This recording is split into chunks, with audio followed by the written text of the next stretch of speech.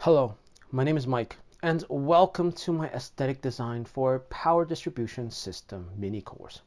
If you're interested in more of these type of content, please don't forget to like this video and subscribe to our channel.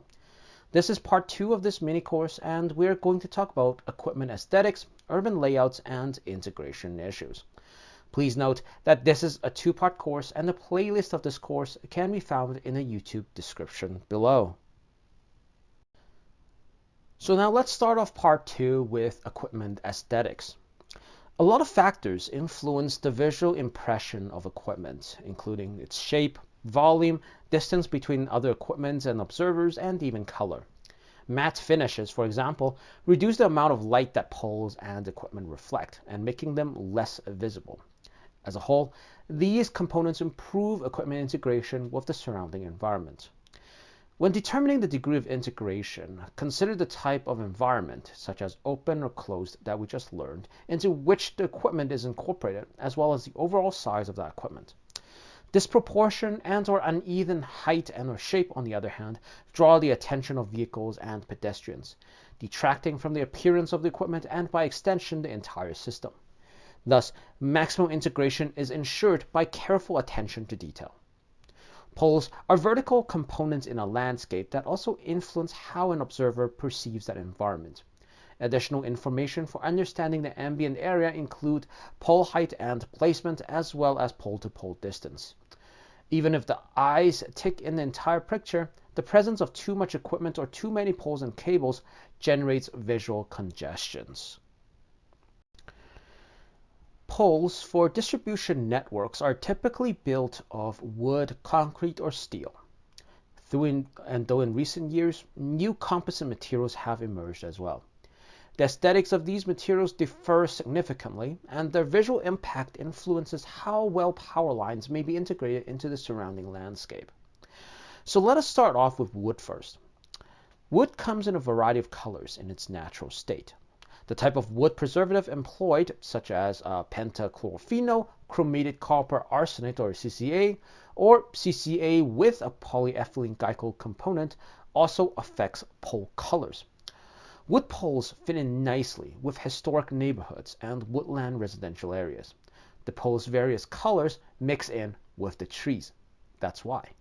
However, contrasting colors and materials, for example, aluminum or steel used for traffic signals, streetlights, and signs, make wood poles more visible in new residential areas and much more so in commercial districts. Unless all of the poles have been treated with the same sort of wood preservatives, a row of pole may not appear uniform. And when one or more poles in a row are replaced, this frequently becomes apparent to the people.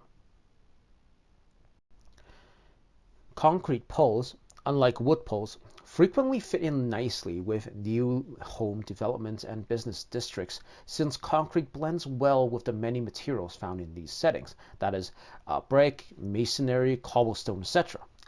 However, for aesthetic and integrating considerations, their usage in the older sectors or core regions in downtowns is not always suggested unless the position and finishes are optimized. And what I mean by finishes, I mean color and texture.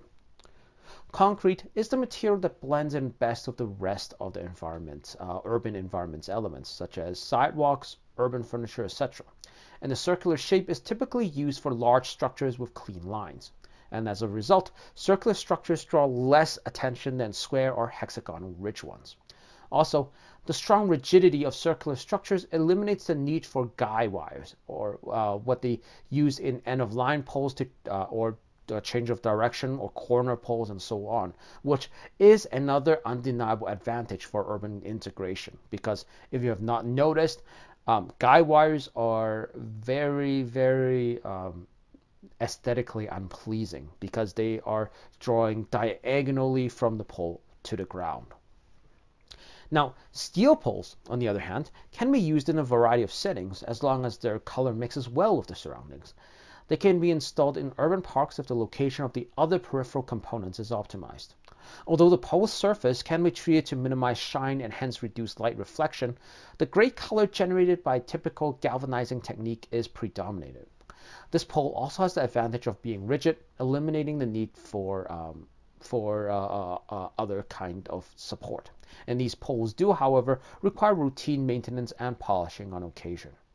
And finally, the last type are the composite poles. These equipment is light, robust, non-conductive, and corrosion resistant, and it is made of fiberglass or thermoplastic resin usually. Color pigments can be added to the mix during the manufacturing process, expanding the color palette. The aesthetic element of the poles, particularly their lack of huge volume or size in contrast to concrete poles, allows for their incorporation into all sorts of urban landscapes. Now, wires and service conductors are available in a wide range of diameters. Materials such as aluminum copper alloy, jackets such as PVC, ethylene rubber, or twisted polyethylene, or even bare, and different colors as well, such as metallic gray, black, bronze, etc.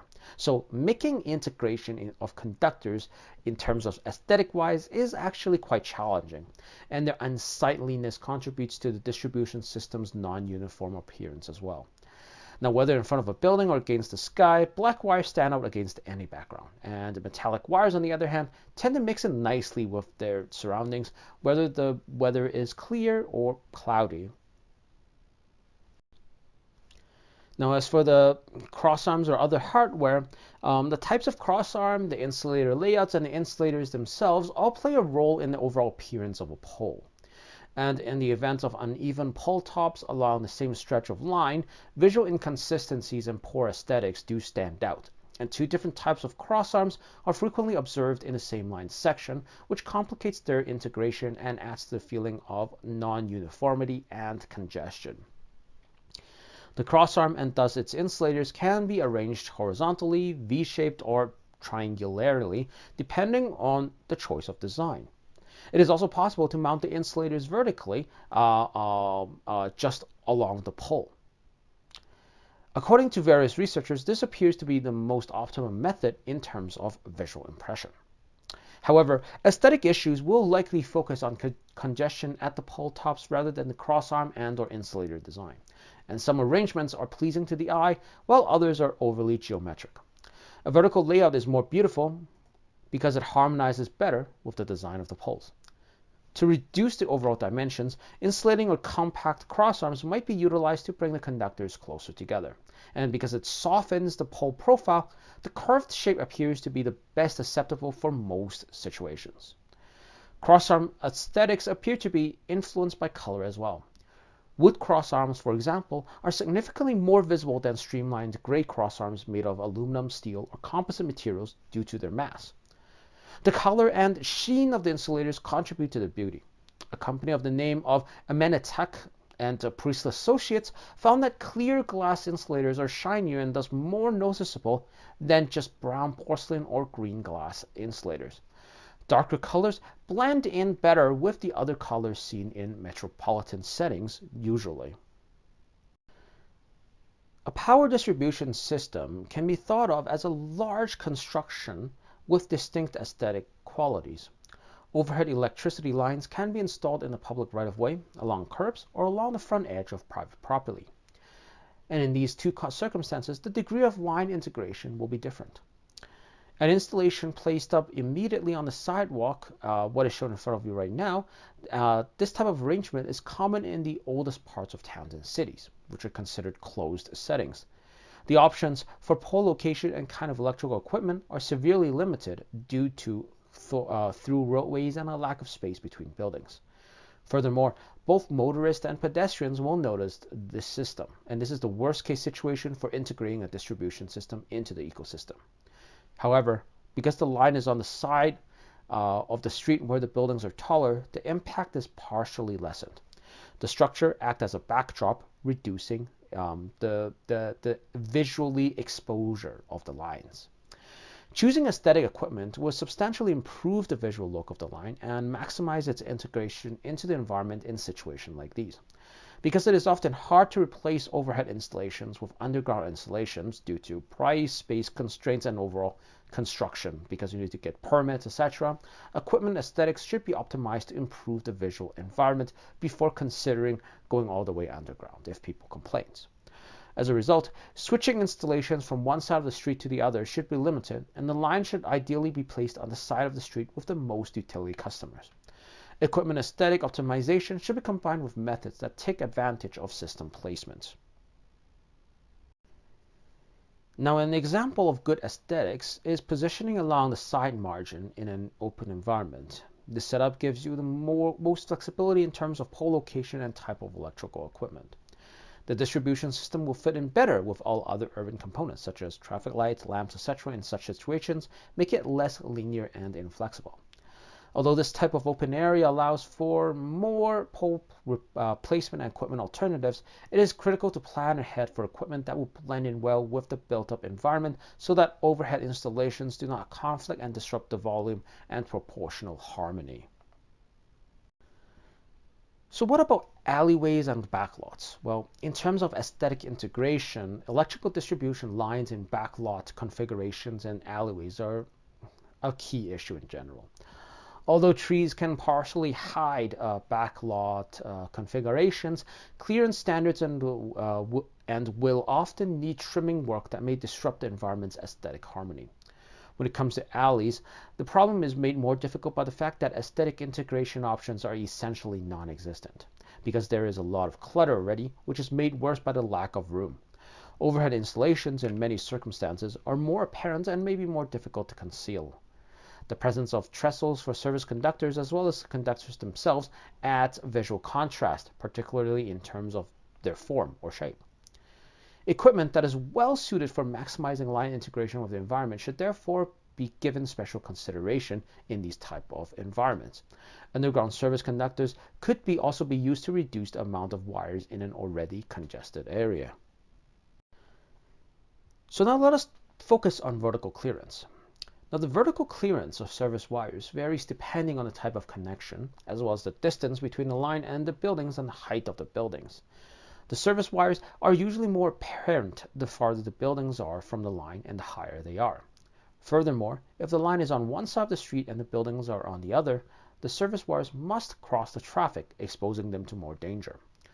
In a precise linear configuration, overhead wires often go unnoticed, and this is due to the fact that built-up regions have generally straight directional lines of force, such as roadways, building edges, etc. Wires of various heights and lengths, as well as varying angles and sagging spans, all detract from the distribution system's aesthetic integration into the urban landscape. So now let us move on to talk about urban layouts.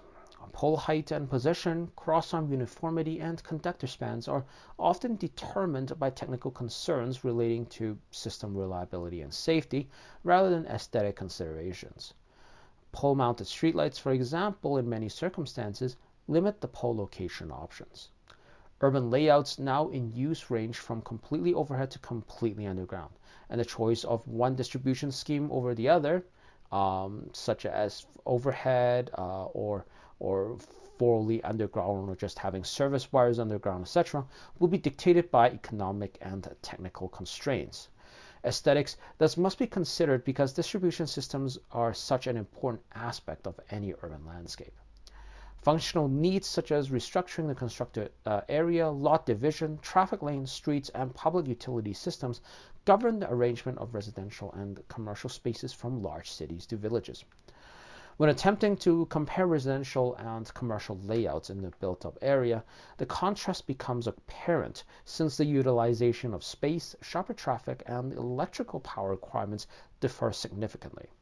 Furthermore, density is an essential element in residential areas, particularly for the design and placement of distribution networks. Now, before we move on further into our course, let us take a brief look at our sponsor for this course.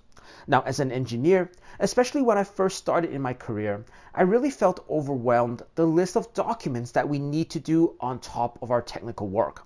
Yet, these documents are very important in our career as it is the more prominent thing that displays our credibility to management and to our clients if we so decide to become an engineer consultant, which is where the real actual money is.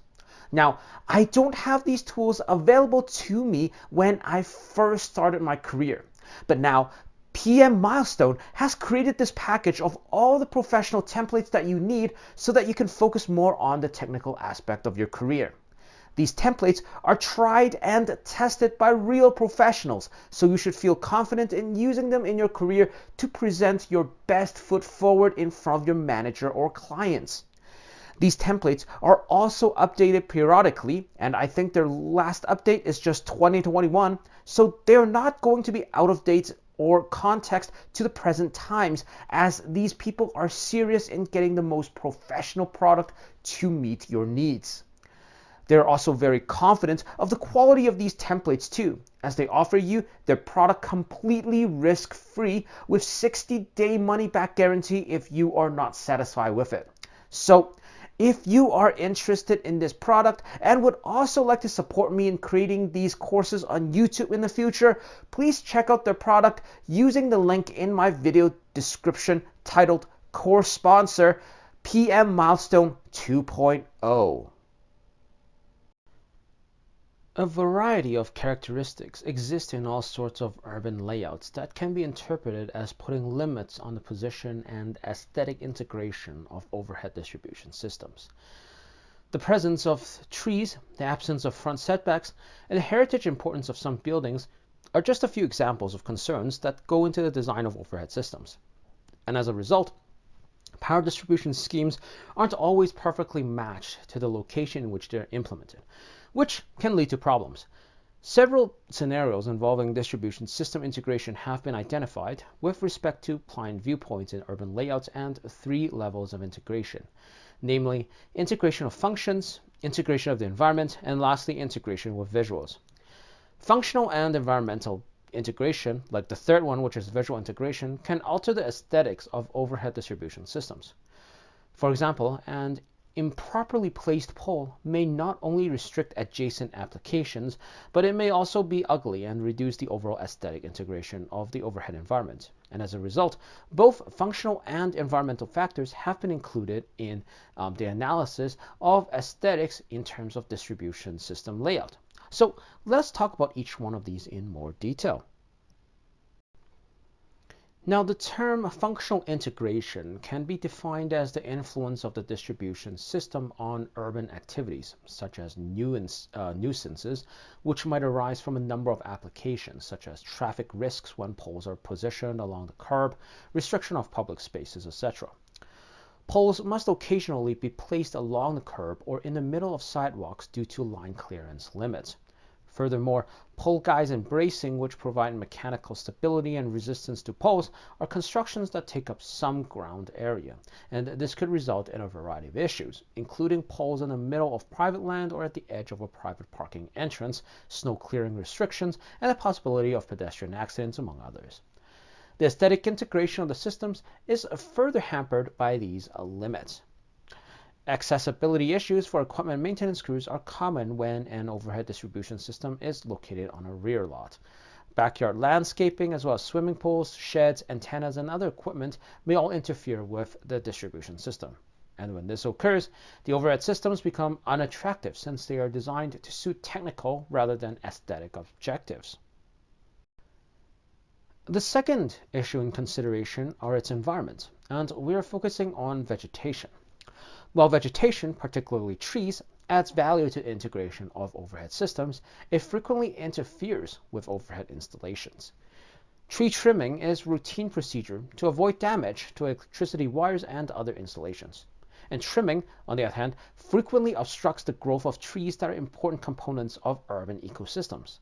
And because of their inherent properties as shade producers, bird shelters, and other benefits, a growing number of municipal districts are seeking to maintain and developing these trees.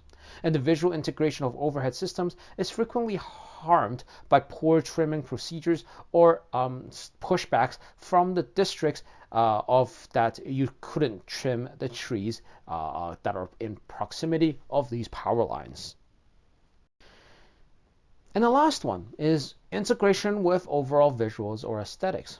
The seamless integration of distribution systems into an urban setting without becoming an unattractive and or disproportionate component of that environment is referred to what we as visual integration. And with this, we will focus on what is the most numerous in any urban layout, and that is poles and wires. So let's start with poles first. Pole placement is frequently influenced by a variety of factors, including buildings, parking spaces, and streetlights. And poles are frequently moved, causing the overall system's alignment and uniformity to be disrupted. And you might ask, well, how are they frequently moved? Well, poles would get replaced over time, and some of them may not go into the same hole. Sometimes due to functional, sometimes due to structural constraints. So that is why that you would see that poles may shift in positions over time. And in other circumstances, using longer crossarms and or sidearms offers technical solutions that reduce this difficulty. But unfortunately, the whole system's aesthetics integration is hampered. Poles and equipment are occasionally visible from building windows and providing substantial visual restrictions or unpleasing to the eye for inhabitants and users within the vicinity. And furthermore, a row of wood or steel poles with a few steel lattice towers would show that designers were unconcerned about the visual and aesthetic integration of overhead equipment. Pole doubling is also common along the side of the road, particularly when many public utilities use their own poles. In which separate pole circuits or no joint use agreements that are in the region. And the doubling of poles generates a corridor effect, increasing visual congestions and draws attention to the visual look of installations. And as a result, the aesthetic integration of overhead systems is reduced. As for wires, building service entrance wires, illuminated signs, light poles, traffic lights, and other items are rarely built in such a way as to reduce their visual impact. Therefore, the majority of them are extremely apparent.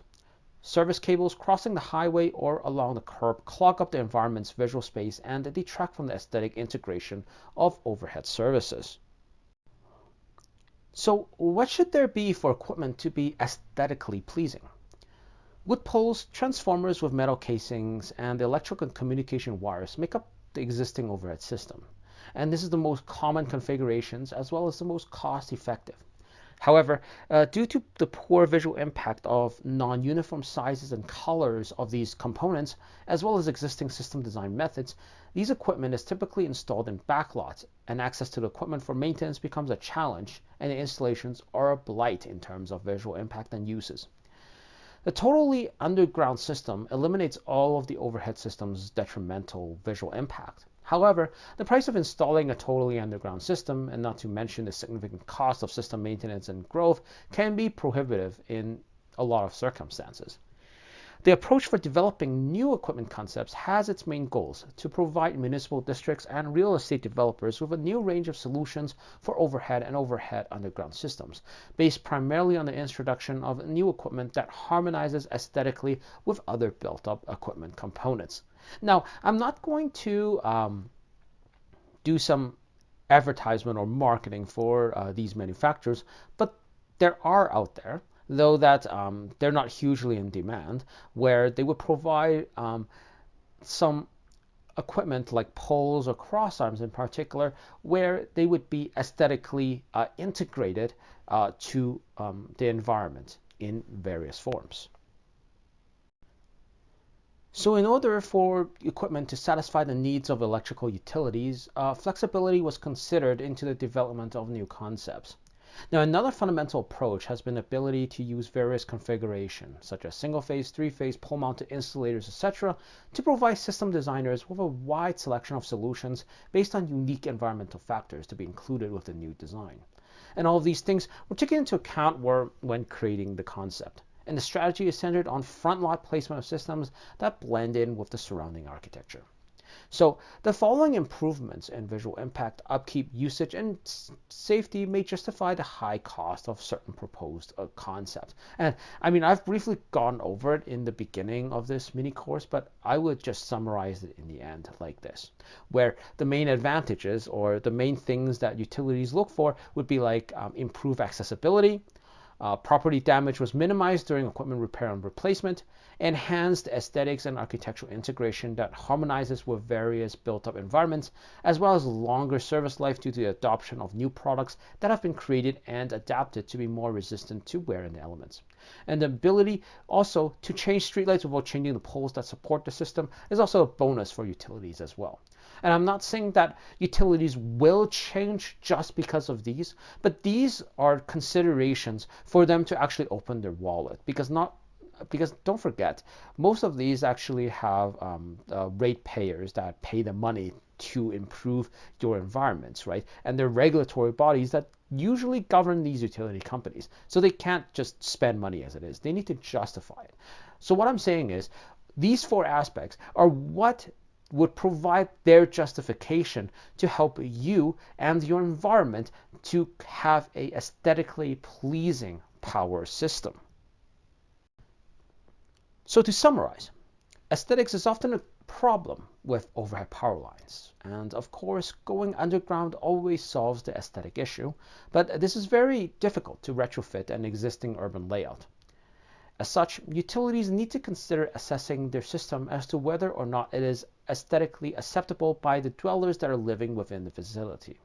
And in this video, I've given you pointers as to what makes it a problem aesthetically and at which point utility companies would even consider budging to adopt aesthetics in their design. Unfortunately, there are not many manufacturers that focus on aesthetics, as there are not much demand in general, but hopefully in the future that might change. And that's it. Thank you. So as mentioned in the beginning of this course, I highly recommend you to take my Distribution Power Engineering Fundamentals course or the Transmission and Distribution Line Infrastructure Fundamentals course to gain core knowledge of the distribution power poles that we're looking at in this course. Now these courses will provide you not only the prerequisite knowledge that you need to understand what I'm talking about in this course better, but also provide you with essential industry knowledge that will no doubt help you propel your career to the next level. Also, upon completion of the courses, you will get a certificate of completion, which you can show to your current or potential employer that you have mastered these fundamental concepts. I have left the links to my 2 courses in the video description below, so be sure to check it out. Also, this video is part of a playlist that contains all the videos for this aesthetic design for power distribution system course. So if you're interested in viewing the entire course, please visit the playlist link that I've left in the video description below. Thank you for watching, and please like this video and subscribe to my channel, and I hope to see you in my other videos and courses.